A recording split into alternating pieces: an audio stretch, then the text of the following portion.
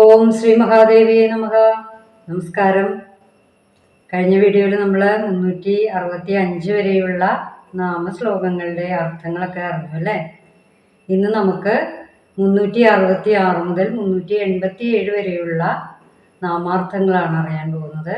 ആദ്യം നമുക്ക് ആ ശ്ലോകം ഒന്ന് പാരായണം ചെയ്യാം. അതിനുശേഷം അതിൻ്റെ നാമാർത്ഥങ്ങൾ എന്താണെന്ന് നോക്കാം. ഓം ഗുരുഭ്യോ നമഃ. ഓം ഗംഗണപതേ നമഃ. ഓം ശ്രീ പരാശക്തിയേ നമഃ.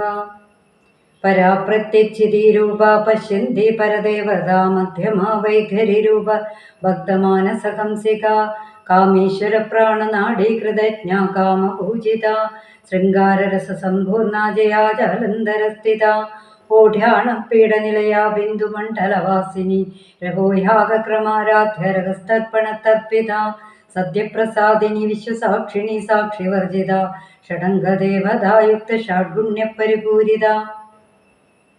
ഈ നാമശ്ലോകത്തിൻ്റെ നാമാർത്ഥങ്ങളാണ് നമ്മളിന്ന് അറിയാൻ പോകുന്നത്.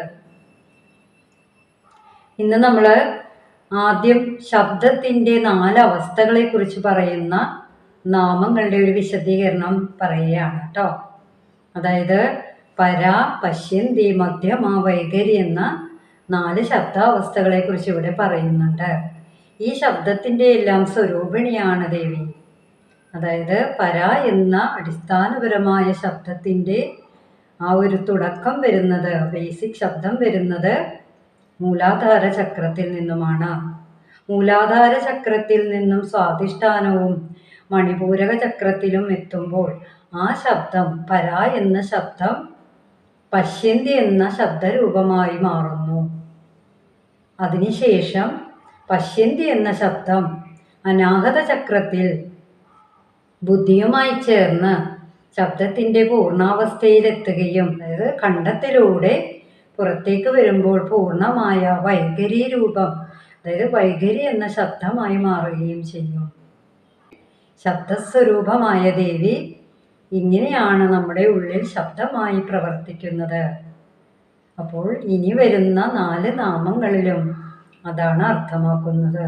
അപ്പം ഇത് പറഞ്ഞാൽ മാത്രമേ തുടർന്നുള്ള നാമങ്ങൾ എന്താണെന്ന് നിങ്ങൾക്ക് ആ 4 നാമങ്ങൾ എന്താണെന്ന് മനസ്സിലാവുകയുള്ളൂ. അപ്പം അതിനു വേണ്ടിയിട്ടാണ് അത് വിവരിച്ചത്. അപ്പം നമുക്ക് ആദ്യത്തെ നാമമായ പര എന്ന നാമം ശബ്ദസ്വരൂപിണിയായ ദേവിയാണെന്ന് നമുക്ക് മനസ്സിലായി അല്ലേ. ആ തുടക്കം, ആ ശബ്ദത്തിൻ്റെ ആ ഒരു തുടക്കം അവിടെ നിന്നാണ്, മൂലാധാര ചക്രത്തിൽ നിന്നുമുള്ള പര എന്ന ശബ്ദത്തിൽ നിന്നാണ്. അപ്പോൾ ഇനി അടുത്ത നാമം വരുന്നത് പരാപ്രത്യക്ഷിതിരൂപ, അതായത് ബോധജ്ഞാനമായിട്ടുള്ള ആന്തരബോധമുള്ള പര എന്ന ശബ്ദത്തിൻ്റെ സ്വരൂപമായിട്ടുള്ളവൾ. അതായത് ചിതി എന്ന് പറഞ്ഞാൽ അറിയാലോ നമുക്ക്, ബോധം അല്ലെങ്കിൽ ജ്ഞാനം. അപ്പോൾ പരാപ്രത്യക്ഷിതിരൂപ, അങ്ങനെ ആ ശബ്ദസ്വരൂപമായവൾ എന്ന നാമാർത്ഥമാണ് അതിൽ വരുന്നത്. ഇനി നമുക്ക് അടുത്ത നാമം എന്താണ്? പശ്യന്തി എന്നാണ്. പശ്യന്തിയെ നമ്മൾ പറഞ്ഞു, അതായത് സ്വാധിഷ്ഠാനം അതുപോലെ മണിപൂരക ചക്രത്തിലേക്ക് പര എന്ന ശബ്ദരൂപം എത്തുമ്പോൾ അത് മനസ്സുമായി ചേർന്ന് പശ്യന്തി എന്ന ശബ്ദ അവസ്ഥയായി മാറുന്നു. അതാണ് ആ നാമാർത്ഥം. ഇനി പരദേവതായെ, എല്ലാ ജീവജാലങ്ങളോടും വാത്സല്യമുള്ളവൾ എന്ന അർത്ഥത്തിലാണ് പരദേവതായെ എന്ന നാമം വരുന്നത്. ഇനി അടുത്ത നാമം മധ്യമായ എന്നാണ്.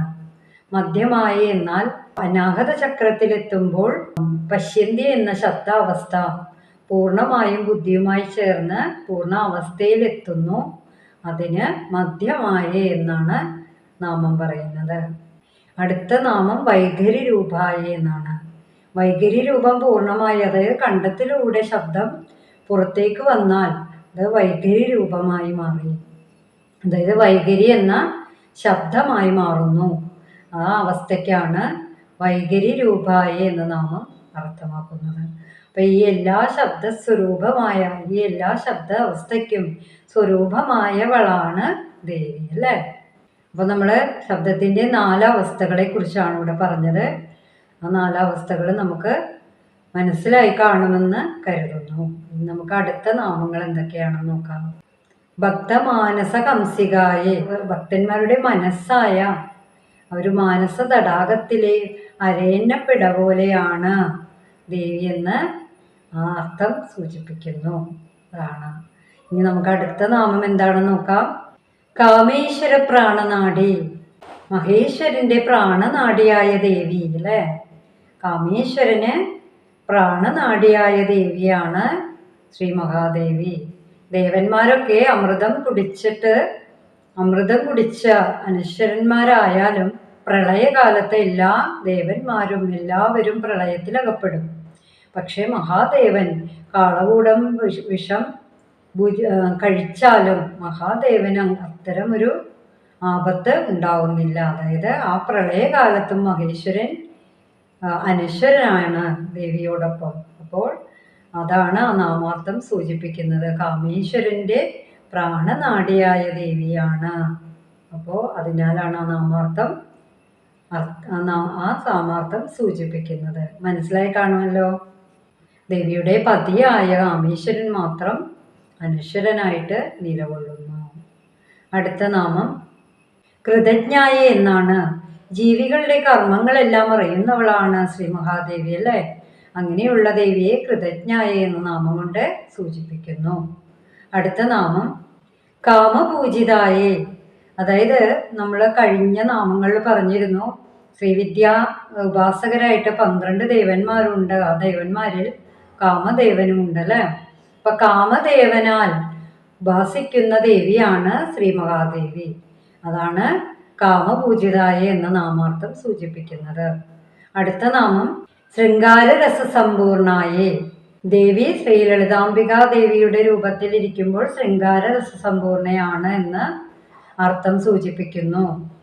അതാണ് ആ നാമാർത്ഥം. അടുത്ത നാമം നോക്കാം. ജയായ എന്നാണ്. സദാ വിജയിക്കുന്നവൾ എന്നർത്ഥമാണ് ജയായ എന്ന നാമത്തിന്.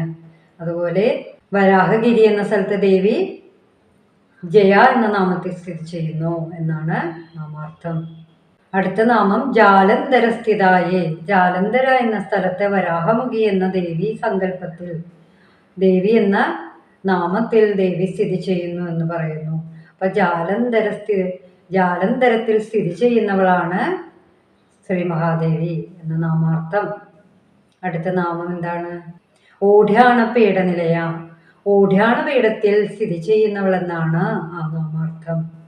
അതായത് ആന്തരികമായ ശക്തിപീഠമായിട്ടാണ് നമുക്ക് ഓഢ്യാണപീഠത്തിന് പറയാം. അപ്പോൾ ആ ഓഢ്യാണപീഠത്തിൽ സ്ഥിതി ചെയ്യുന്നവളാണ് ദേവി എന്ന നാമാർത്ഥം. അടുത്ത നാമം ബിന്ദുമണ്ഡലവാസിനി. അതായത് ശ്രീചക്രത്തിലെ സർവാനന്ദമയി ചക്രം ബിന്ദുമണ്ഡലത്തിലാണ് സ്ഥിതി ചെയ്യുന്നത്. അപ്പൊ അതിൽ സ്ഥിതി ചെയ്യുന്നവളായ ദേവിയെ ബിന്ദുമണ്ഡലവാസിനി എന്ന നാമത്തിൽ പറയാം. രഹോയാഗക്രമാരാധ്യേ. രഹസ്യമായ യാഗക്രമത്തിൽ ആരാധിക്കപ്പെടുന്നവൾ എന്നാണ് നാമാർത്ഥം. ചിത്താകുന്ന അഗ്നിയിൽ പുണ്യഭാവങ്ങളെ ഹോമിച്ച് ആരാധിക്കുന്നവൾ എന്നർത്ഥം.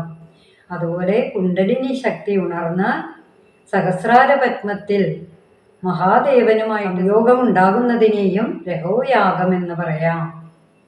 അങ്ങനെയുള്ള അർത്ഥങ്ങളാണ് അതിന്. അടുത്ത നാമം എന്താണെന്ന് നോക്കാം. രഹസ്തർപ്പണ തർപ്പിതായേ എന്നാണ് അടുത്ത നാമം വരുന്നത്. രഹസ്യ തർപ്പണത്തിൽ സന്തോഷിക്കുന്നവളായ ദേവി എന്ന നാമാർത്ഥം.